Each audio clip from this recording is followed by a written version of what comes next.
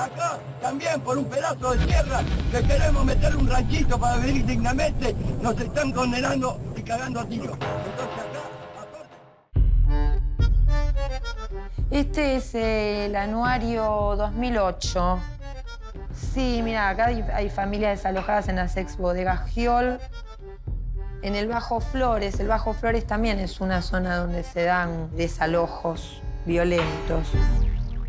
Todos los años nosotros cubrimos noticias sobre desalojos, sobre personas que tienen el problema habitacional. Este es el anuario, es la edición del año 2010. Son las del Indoamericano. Estas son fotos de la ocupación del Indoamericano. Y esta es la foto que hice en uno de los intentos de desalojo violentos que hizo la Metropolitana. La policía vuelve a avanzar sobre los vecinos de la villa y ahí es donde se produce una violenta represión, la intención de evitar que estos 330 hectáreas del parque indoamericano se transformaran en una...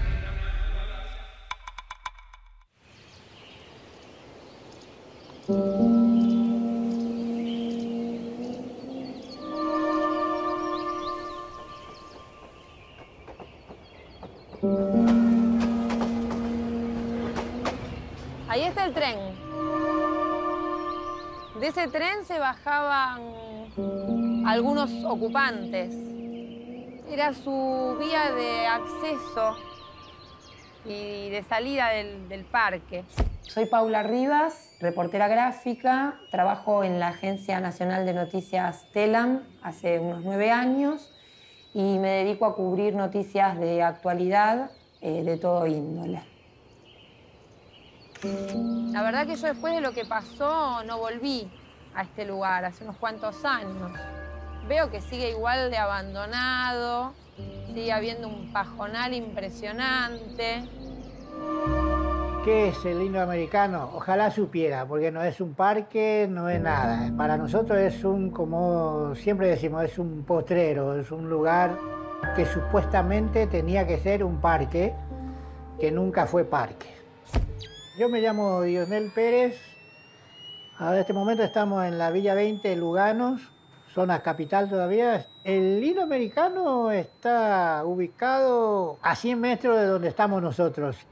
Está entre Escalada y Cruz, entre Avenida Argentina y la vía del ferrocarril del Belgrano Sur. Predio público es una extensión de tierra que tiene como titular el Estado de la Ciudad de Buenos Aires, o puede tener de titular el Estado del Gobierno Nacional. Puede ser del dominio público o del dominio privado.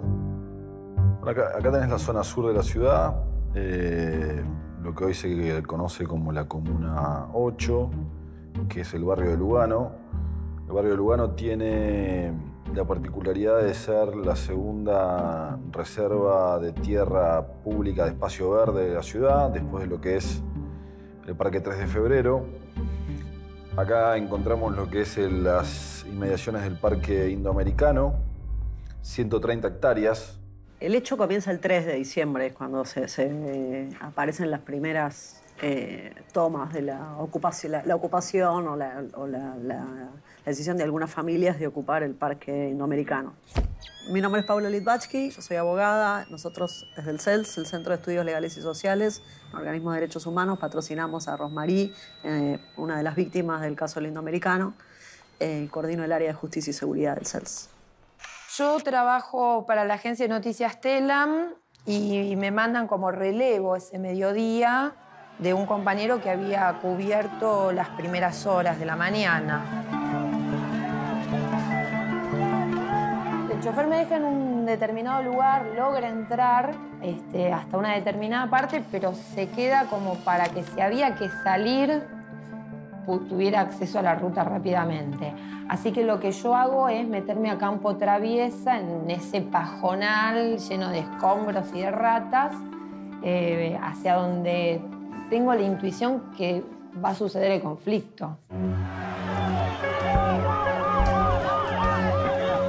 En ese momento la policía entró por atrás, apareció sorpresivamente queriendo replegar a las personas que habían ocupado el predio y sacarlas. Y ahí empecé a acercarme en el medio del descampado, sin tener ninguna pared donde guarecerme, ni árbol, ni nada, a esperar el momento en el que la metropolitana concretamente apuntara a la gente e intentara un desalojo violento. Y eso es lo que fotografié en ese momento.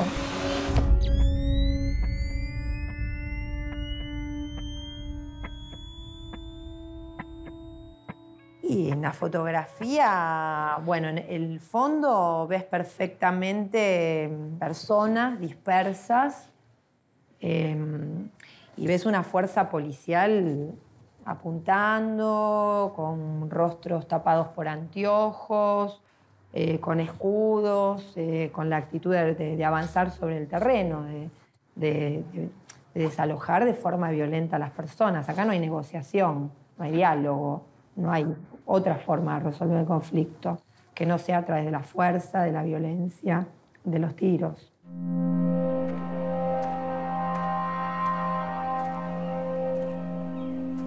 Acá estamos llegando a una de las puntas del Parque Indoamericano. Bueno, atrás está la Villa 20, donde yo vivo hace 30 años. Acá al costado tenemos el polo farmacéutico. Y bueno, y acá en este costado tenemos todo el predio del Parque Indoamericano. No, esta reja fue puesto después de la ocupación. Sí, esta reja no, acá no había nada. Era un campo libre, era un basural. Por eso también siempre nosotros decimos que nunca se ocupó un parque, se ocupó un postrero, que ellos le hacían llamar parque. Todo lo que usted ve acá lo hice yo, de mi laburo, no es que me dio el gobierno ni nada de eso, ¿no? Acá todo lo que se ve acá lo hice yo con mi sacrificio, con mis hijos, levantando para poder tener lo que estamos teniendo. El sacrificio que nosotros pasamos acá, primero para acondicionar la tierra, porque esta tierra era inhabitable. Nosotros hicimos habitable.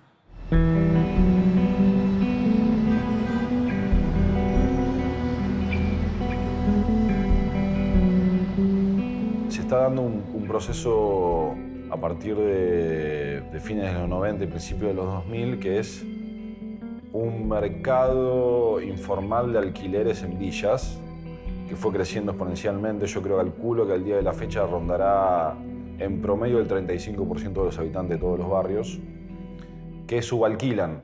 Soy Facundo Martín Di Filippo, militante de una organización social llamada Colectivo por la Igualdad. Trabajo problemáticas habitacionales y del derecho de la ciudad y urbanísticas en el ámbito local. Se cobra alquileres. Desgraciadamente hay gente que quiere alquilar porque la mayoría de la gente que viene del interior o de otros países, como vine yo, encontré a mi pariente todo en la villa y uno quiere vivir cerca de su pariente y bueno, busca la forma, sí, se alquila. Ese alquiler informal produce una serie de consecuencias no queridas para las familias que alquilan allí, que es que no hay ningún tipo de regulación. Te cobran lo que quieren, te ponen las condiciones que quieren.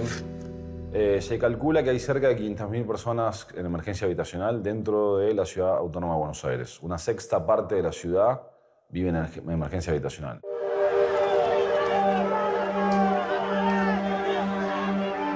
La necesidad es apremiante y a veces nos hace perder la paciencia, a veces nos hace perder la esperanza. Yo lo tomé porque no tengo donde vivir, por eso lo tomé yo el lugar este. La gente no se va a retirar del predio porque no tiene dónde ir a vivir, quieren ver que se resuelva esta situación. La jueza María Cristina Nazar ordenó el desalojo y... Hasta ese momento lo que había en la televisión eran titulares que hablaban de ocupantes en un predio público. Cuando nos entramos vimos que las familias, cada familia había loteado, ¿no? Y había ocupado una parcelita de ese loteo del Parque Indoamericano, de esas hectáreas que habían ocupado. que era gente con un problema real de falta de vivienda, ¿no? Que tenían la promesa que alguien les había hecho irresponsablemente o cínicamente de que esa parcelita iba a ser el lugar donde iban a construir su casita. Estaban aterrorizados, sobre todo los chicos. Algunos chicos estaban orinados en los pantalones. Cuando ves eso es porque tienen miedo, ¿no? Bajamos abajo, arriba del puente, y vemos que había carpa con fogata. Mi señora me dice, pero se está tomando el lindo americano. Y cuando la gente vio que se estaba viniendo toda la gente de Carrillo, Soldati, Sildañez, la gente de acá también dice, bueno, pues nosotros pasamos el puente y podemos agarrar también un pedazo para no dejar que agarren todo ello.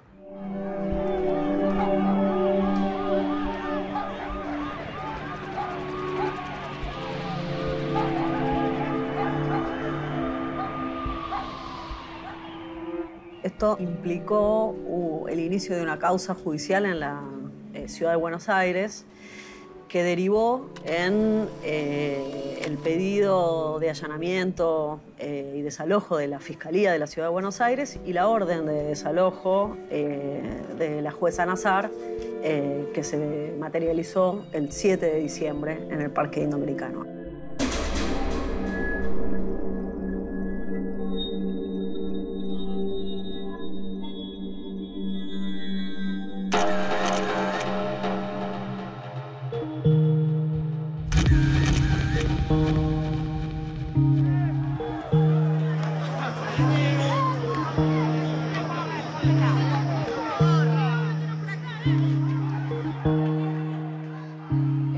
Es enorme, pero esta fue la parte que estuvo ocupada. Estas fueron las hectáreas que estuvieron ocupadas. Y posteriormente ese bosquecito también. No estaban estas casillas ni estas obras. Todo esto era un pajonal. Era como entrar a campo traviesa.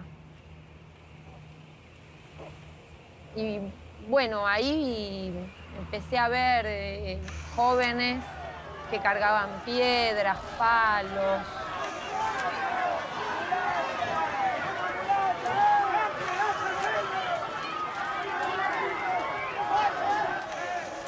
Y que se dirigían hacia el fondo. Todo esto estaba ocupado más o menos por unas 400, 350 familias.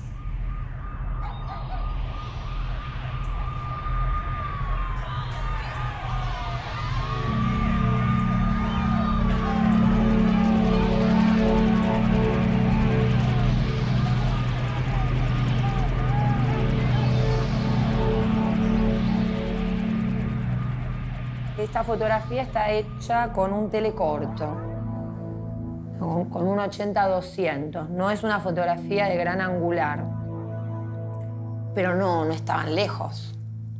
Estarían a 15 metros, una cosa así.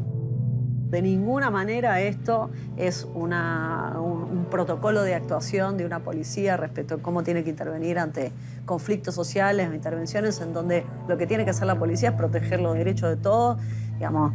Y para nosotros es muy importante que se entienda que en la intervención de una policía ante un conflicto determinado, si eso termina con la muerte de alguien, eso ya es un fracaso. Esta foto vendría a ser de las últimas fotos.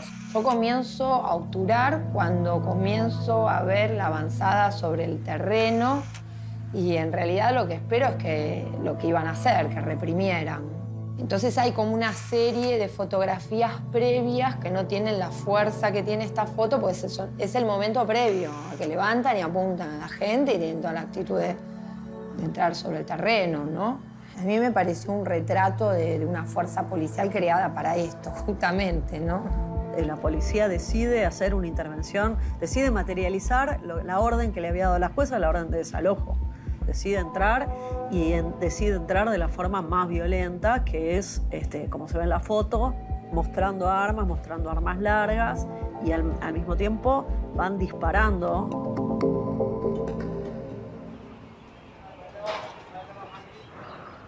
La gente que ocupaba el predio, que la gente que vivía acá en la Villa 20, cuando empezó la represión de aquel punta, lo primero que hicieron era, todos salieron por acá y cruzamos por acá.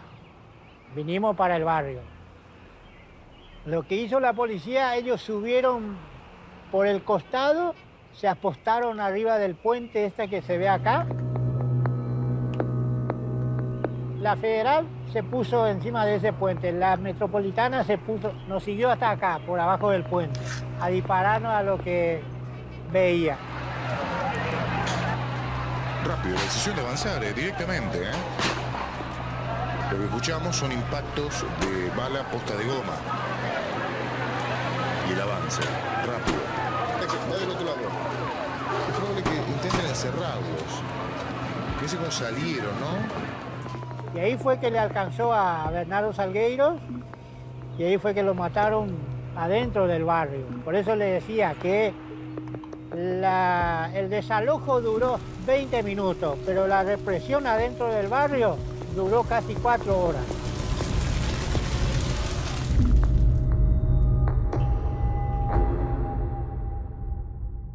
La imagen más fuerte que tengo es cuando llego al barrio, a la 20, que está prendido fuego casi todo el cementerio de autos, con la luz cortada en el barrio,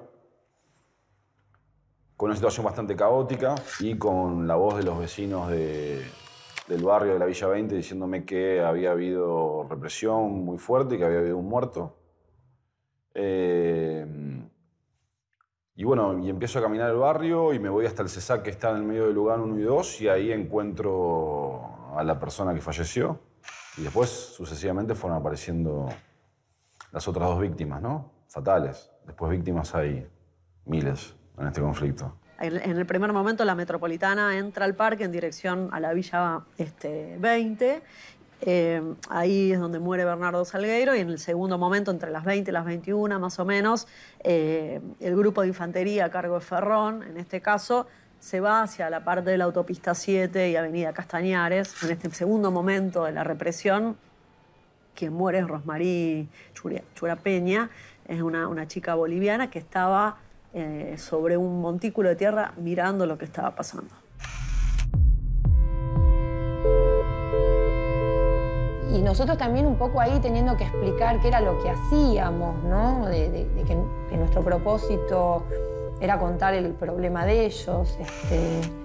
Y una vez que lo entendieron, incluso nos acompañaron a hacer todo un recorrido por adentro de la toma, que fue bastante interesante, porque es como ver la toma desde adentro, ¿no?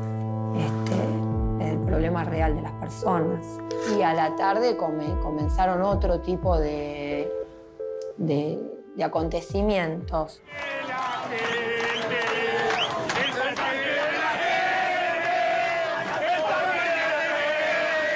Todos los vecinos autoconvocados acá en Escalada y Castañares avanzamos pacíficamente hacia el predio, al Parque Indoamericano. Al llegar, digamos, muy cerca de donde se encontraba la gente acampando, fuimos recibidos a tiros.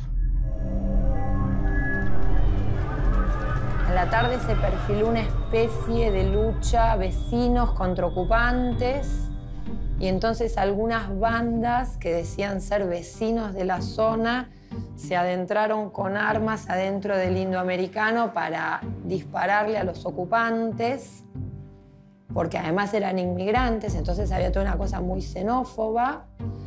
Y también algunas de estas bandas armadas que decían ser vecinos, que evidentemente estaban trabajando para alguien, también amedrentaron a los periodistas, a que los intimaron a irse o ser baleados.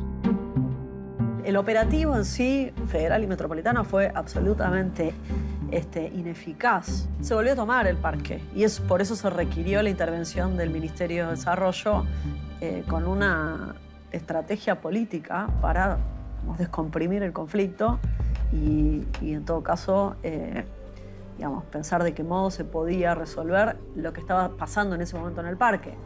Después estaba la cuestión del conflicto de fondo, ¿no? Lo de la vivienda. Para el fiscal, los muertos son de la policía, los cartuchos que se utilizaron, que supuestamente eran de goma, estaban... Ahí están pidiendo María ambulancia a la gente, ¿no? Con desesperación, que alguien los atienda. Situación totalmente descontrolada. No hay nada que justifique que el gobierno de la ciudad haya mandado a reprimir personas que murieron, un hombre y una mujer. En el pastizal, en el que él llama oxígeno, y que se acordó de repente que existe este indoamericano. Era una situación muy compleja, con muchos actores, con la necesidad real de los vecinos, con la especulación que hay en todo momento de una toma. Y bueno, que se resolvió a posteriori con este acuerdo donde toma una fuerte intervención el gobierno nacional. La verdad que yo no sé cómo fue. Me enteré por una publicación de Miradas al Sur, que la foto esta era una foto que se había adjuntado a la causa. Y probablemente porque el trabajo de los fotoperiodistas es documental y aparte, bueno, los jueces leen los diarios y las publicaciones de esos días y de pronto alguien debe determinar en el ámbito de la justicia que una determinada o que un grupo de fotografías son un soporte documental, digo, ¿no? O sea, tienen asidero, son documentos. Nosotros hicimos el primer informe que es sobre la metropolitana y pusimos sobre todo la foto de la represión del indoamericano porque para nosotros es representativa de las armas y los chalecos y el modo como estaban entrando al parque, un modo como si estuvieran en medio de una batalla campal. Después del indoamericano, la situación habitacional de la ciudad siguió tan crítica como antes. El estado de la ciudad, por ejemplo, al 2006, antes de que asumiera esta gestión, invertía más del 5% de su presupuesto en vivienda. Hoy, la gestión actual fue progresivamente achicándolo, invierte menos del 2% en vivienda.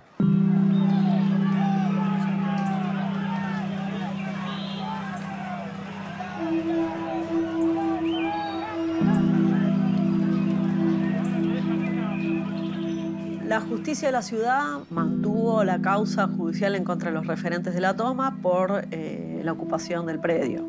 De hecho, ellos siguen imputados en la causa. Por el otro lado, la causa por la represión quedó en el ámbito de la justicia criminal nacional y esta es la que fue muy dificultosa de avanzar.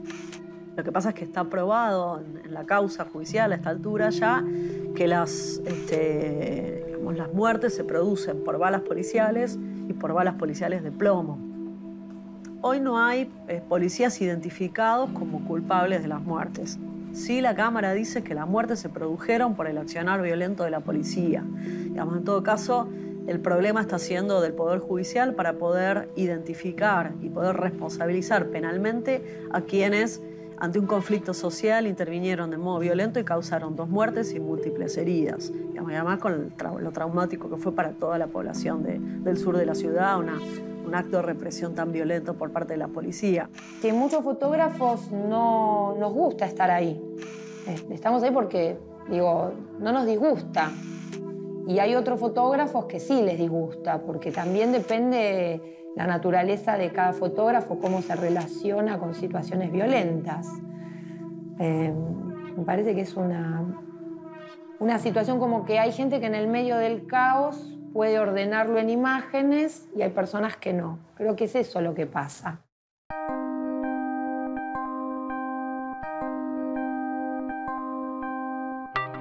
Los fotógrafos vemos que se viene, que se va a producir el hecho. Entramos en una especie de dimensión donde no hay muchas palabras, donde comprendés por lo que ves y donde lo que querés hacer es fotografiar porque es lo único que justifica que estés ahí y que corras algún tipo de riesgo o de peligro. El miedo viene después, cuando llegaste a tu casa y te das cuenta dónde estuviste.